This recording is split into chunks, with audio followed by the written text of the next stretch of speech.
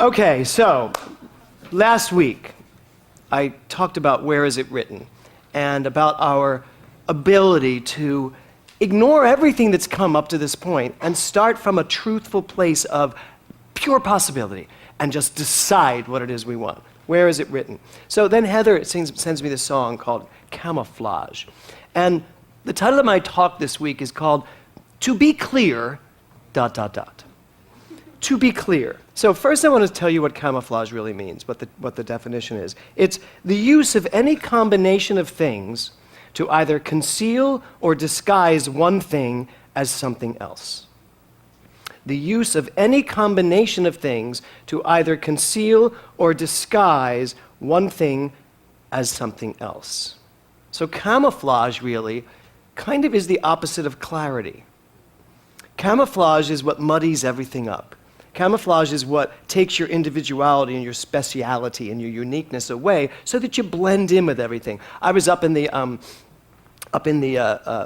Tahunga, what's that called? Mulholland, up there in the hiking path, up in Tree People Park. And I was walking all by myself way on top of the hill, and I saw this giant lizard. This is not a snake talk, don't worry. I saw this giant lizard run across the path and stop and look back at me. And it was this beautiful green lizard. And as I stopped, because I didn't want to scare it, I stopped and it started turning brown. And it just turned exactly the color of the tree it was on, except its eyes were still green. And I just stood there and I leaned over and it did not stop moving. It just was and I swear it was I dare you to see me. And I did, and I just stood there, and I just stood and watched it, and I watched it, and then I took a little step further and scurried away. And I thought to myself, how often do I let myself be absorbed into the colors of everything I'm here, wherever I am, whatever's going on, and that can be good, bad, or indifferent, where I just absorb myself into it, and I don't just hold on to me. I just get absorbed by it all. How many of you still let conditions absorb you to the point where you kind of become your conditions? You know, people walk around, yeah, I'm sick, or oh, I'm having problems, oh, I'm having relationship problems, oh, I'm having money problems. And is that really who I am? Or have I just really mastered the art of camouflage? So camouflage, muddying up the truth. So I have a question for you, which is, where are you muddying up your image? Where are you muddying up your image? Because she talks about there's no need for lipstick and high heels and makeup and all that stuff. And I love that idea. I love that she starts it with that. I don't need to cover up my flaws anymore. What's on the other side of this was also part of the workshop we did yesterday. Reverend Nancy asked us to put down words that described who we were. Real words that described who we were, and everybody did a beautiful job, and then color them in. It was like an arts and crafts fest. And then on the back, to put beliefs that we know still are holding us down. Put beliefs that don't work for us anymore, and do whatever we wanted with that. And, I noticed some people crossing them out and, erase, just putting things over them to cover them up. And I had this moment of real insight. I was I'd like to highlight mine. And I had 5 or 6, and I highlighted them. Because what I recognized is that it's all part of me. No matter if I see it as a positive thing or a flaw, it's all part of me. I think we spend so much time trying to hide the flaws that we become the flaws in hiding. Now think about that. I hide the flaws so well that I become the flaws in hiding, and that's what shows up, that person. When what we're really looking to do is just not be afraid of all the colors, like that little lizard. If he wasn't afraid of me, he just would have kept all his colors. Although, that's a pretty cool thing when he gets to just turn into another color. It was a cool moment. It's better for this talk, but it was a cool moment then.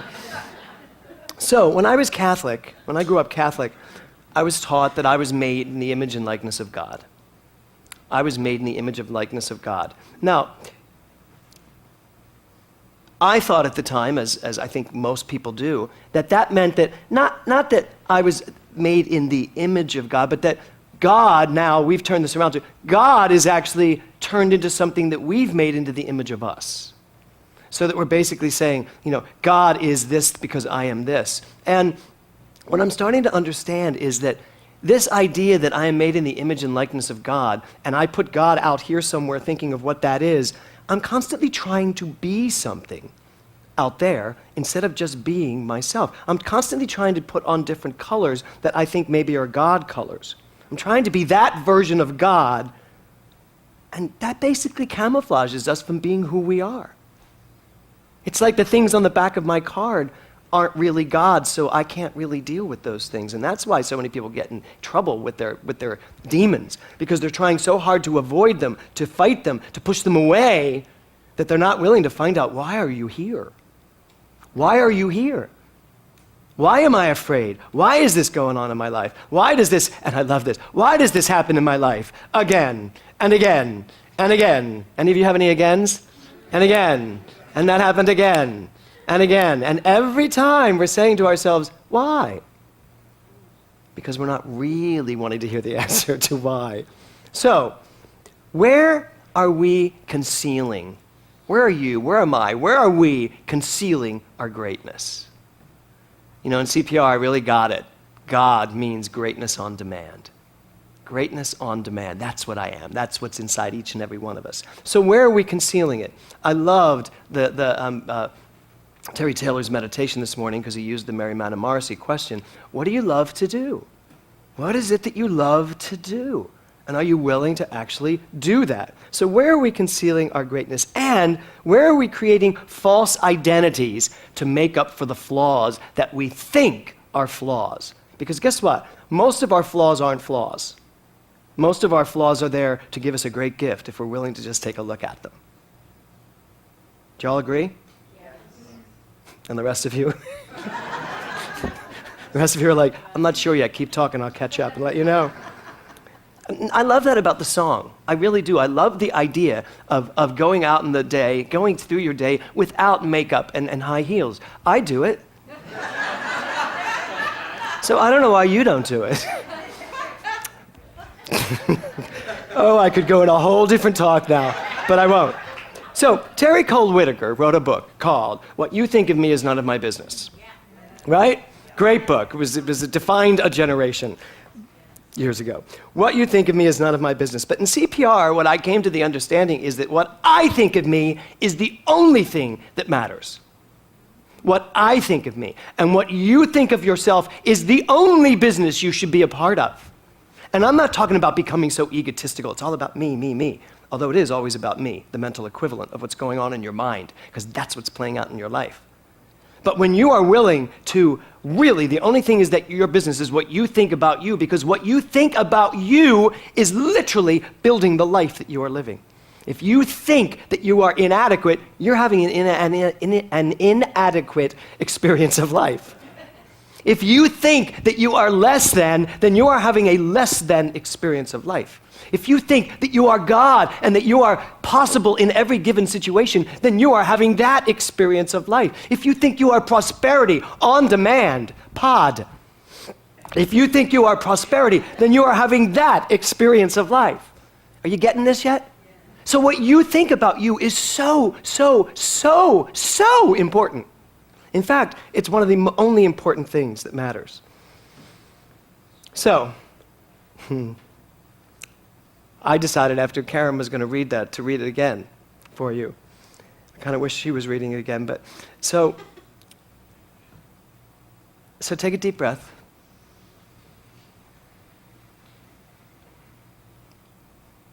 To be clear, your life will evolve based on what you believe. End of sentence. To be clear, your life will evolve based on what you believe. What if I knew I was successful and that's all I knew? What if I knew I was rich and that's all I knew? What if I knew I was insanely talented and that's all I knew? What if I knew my body was vibrant with perfect health and that's all I knew? What if I knew I deserved to be happy, and that's all I knew. That's what I'm here to know.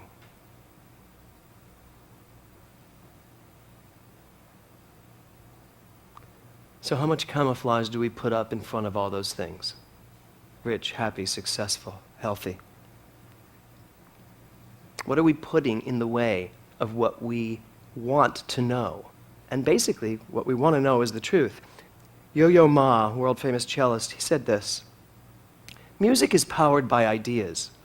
If you don't have clarity of ideas, you're just communicating sound. There is a difference between sound, right, Paul Horner, and music. There is a difference between what we put out in the world when we're not thinking and what we put out in the world when we are thinking. There is a difference in what we are putting out into the world when we are on focused point and when we are just living in a subconscious state of asleepness. Remember, this whole year is I am awake. Do you want to make music, or do you want to make sound? Do you want to make great music that resonates, that people hear, and it doesn't matter what your song is, everyone hears it and goes, oh? Or do you just want to put sound out there because you're bouncing all over the place? That's the difference in clarity. And Yo-Yo Ma really understands that.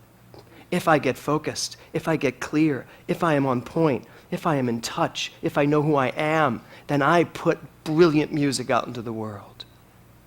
When I know who I am, the world responds perfectly. Clarity means, and here's this so great, clarity means the quality of being easy to see or hear. That's the definition of clarity. We think of clarity as that thing we really have to work at to get. And yet it means the quality. Clarity is a quality that you already have. The quality of being easy to see or hear. And the operative word in that sentence is easy. Clarity is easy. Just like prosperity is easy. Success is easy. Love is easy. Why? Because they are all qualities of God. Clarity is part of who you are. It's not something you have to get. It's who you are. In Prosperity Plus, Mary Matamarcy says to us, what would you love to do? That is an easy question.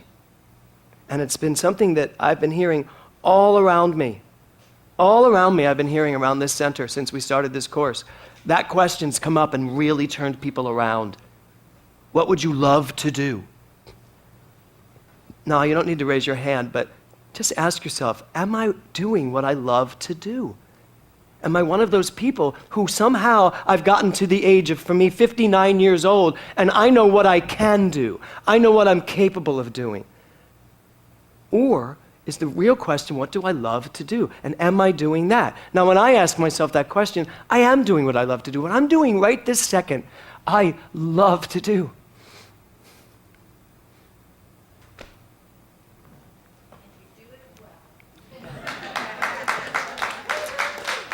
I'm not sure, thank you. I'm not sure why I'm so emotional, but I'm just going to let it flow because I taught the thought exchange, and I know to just allow myself to feel what I'm feeling. Because when I get in touch with what I love to do, and I share it with you that this is what I love to do, there is an outpouring of emotion and passion and feeling. I love being a minister. I love being a minister more than I ever loved being an actor. To all the people that keep asking me, why aren't you acting? You know you love it. I'm like, yeah, I do. I also love strawberries, but if you give me a mango, I'm going to choose a mango. Because that I like more than a strawberry. But I still love strawberries. Of course I love acting, but I love being a minister. And why can't I do both? I should be able to do both. You should be able to do whatever you love. And you maybe love something today that tomorrow you may love this a little bit more. So which should you follow? Should you stick with what you loved yesterday just because it was yesterday? No. Yesterday, all my troubles seemed so far away. But now, they're gone. No, now I love this. That's who we should be, spontaneous. Why camouflage yourself with the loves of yesterday when there's so much more to love today? That's really what this song is all about. So, the answer to that question, what do I love, needs to be simple. The answer is very accessible. And that answer is clarity. Clarity. And it's yours. You already have it, right? So I had this moment. I wanted to wear a brown vest. I always wear black. Today I did too. But I always wear black. And I'm in my closet, and I'm in the closet looking for a vest. Obviously looking for a vest. I'm in the closet, and I'm looking for a brown vest. Now, here's the irony. I don't own a brown vest. I don't. And I can't tell you how many times I go into my closet to find a brown vest. As though someone stopped by my house to put a brown vest in my closet because they know every now and then I look for one.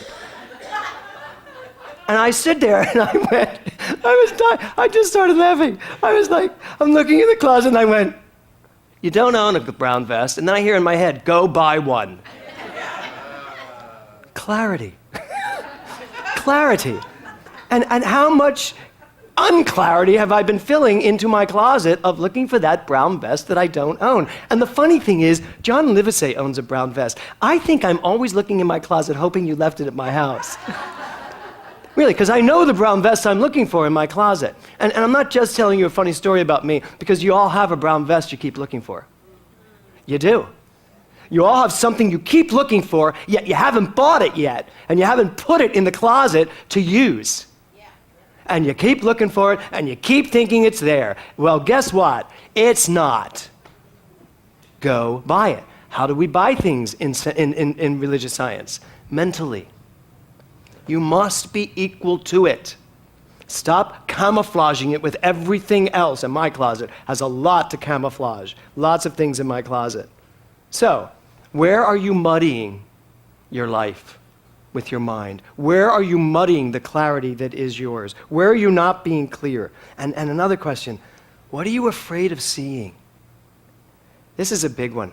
What are you afraid of seeing? So this month, clarity is mine. It's not, by the way, the theme for this month is not something for you to go and make yourself equal to. No, accept it now. Clarity is yours. You already have clarity. I don't know why we think we're not clear. Because we are. Because if we really ever take the time to just ask ourselves, what do I want to do here? The answer's right there. We just don't always want to hear it. And one of my questions for you today is, find out what you're afraid of. Find out why you're afraid of hearing what it is you really love to do. I know what you're going to find. Those of you who are about to take Mental Muscle Extreme, that's going to be our primary focus, because you will find the BS in your mind, the belief system. Same thing. The belief system. You will find out what beliefs are stopping you from listening to the answer of what do I love to do? What do I know myself to be? Who do I know myself to be? So clarity is less about getting clear. It's more about a willingness to allow the answers to come through, because you already are clear. That's why I want you to use all month, clarity is mine, and to use this affirmation, which is up here on my table somewhere, right here. My mind is clear. My mind is clearer now. No, okay, so my mind is clear and focused. I know who I am at all times, no matter what. The no matter what, by the way, is the camouflage. How much no matter what do you have going on in your life? It's an important question to ask. I ask it all the time. I've had a certain thing that's been going on in my own life, and I never talk about what goes on in my life till I have great insight about it, until I can really have a perspective, a point of view, and I teach that in my ministerial classes. If you don't have a point of view, don't bore us with your process. Really, think about it. How many of you want to come here and live through my process? Well, it might be interesting, but you don't. You want a point of view because it's going to match one of yours, right? So there is something going on in my life, and the point of view I finally got was, when we concentrate on something that is bothering us, we're expanding it, we're growing it. We think we're working it out. We think, and when we tell the 17th person we've told that day what's going on, we think we're working it out with them.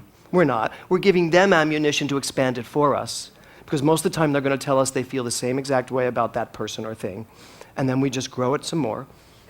And I got it. Here's the thing. Anything going on in your life, there's an exact opposite that you can pay attention to. An exact opposite. You have disease, you can focus on health. You have a relationship that may seem like it's not going well, you can focus on love. There's always the opposite. There's always the spiritual truth. That's what practitioners are trained to find. The spiritual truth in any given situation. So, clarity. It's here to inform you, it's here to enlighten you, and it is here to guide you. To guide you. So as you go through this month, keep reminding yourself, clarity is mine. Clarity is mine. I already am clear.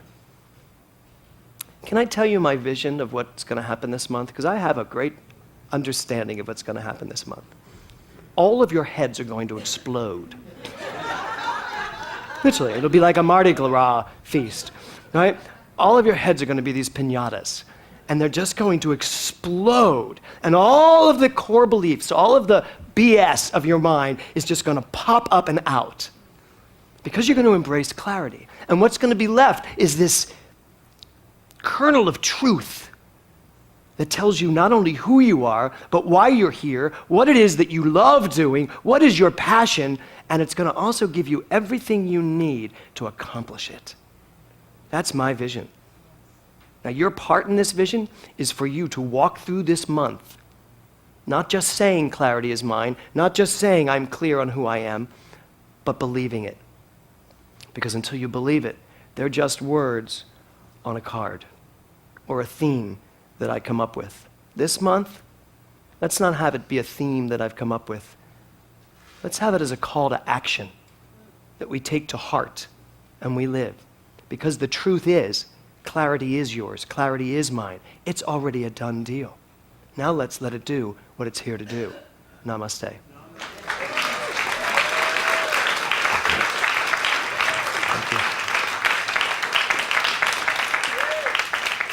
Thank you. So I invite you